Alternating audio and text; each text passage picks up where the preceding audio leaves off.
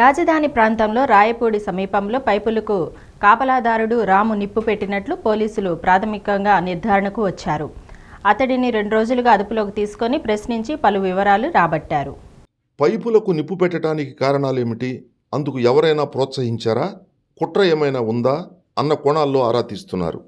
ఘటనా స్థలిలో ఆధారాల సేకరణ, సాంకేతిక అంశాల విశ్లేషణ, పలు మార్గాల్లో సేకరించిన సమాచారం ఆధారంగా కాపలాదారు కేంద్రంగా విచారణ చేపట్టి కేసును కొలికి తెచ్చినట్లు సమాచారం.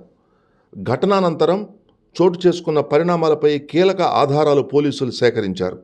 ఘటనాస్థలికి సెక్యూరిటీ గార్డు రామును తీసుకెళ్లి ఈ నెల 23న రాత్రి ఏం జరిగింది అన్న విషయాన్ని మరోసారి సీన్ రీకన్స్ట్రక్షన్ చేసి కొన్ని విషయాలు నిర్ధారించుకున్నారు. ప్రమాద ఘటనలు చోటు చేసుకోవడంతో పాటు కోట్ల రూపాయల విలువైన పైపులు కాలిపోవడంతో ప్రభుత్వం తీవ్రంగా పరిగణించింది.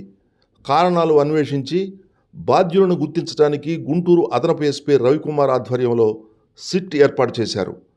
పైపులకు కాపలాగా ఉన్న సెక్యూరిటీ గార్డు రాము నుంచి వివరాలు సేకరిస్తుండగా అతను పొంతనలేని సమాధానాలు చెప్పడంతో అనుమానించారు. సిట్లోని 4 బృందాలు పలు కోణాల్లో విస్తృత స్థాయిలో దర్యాప్తు చేశాయి.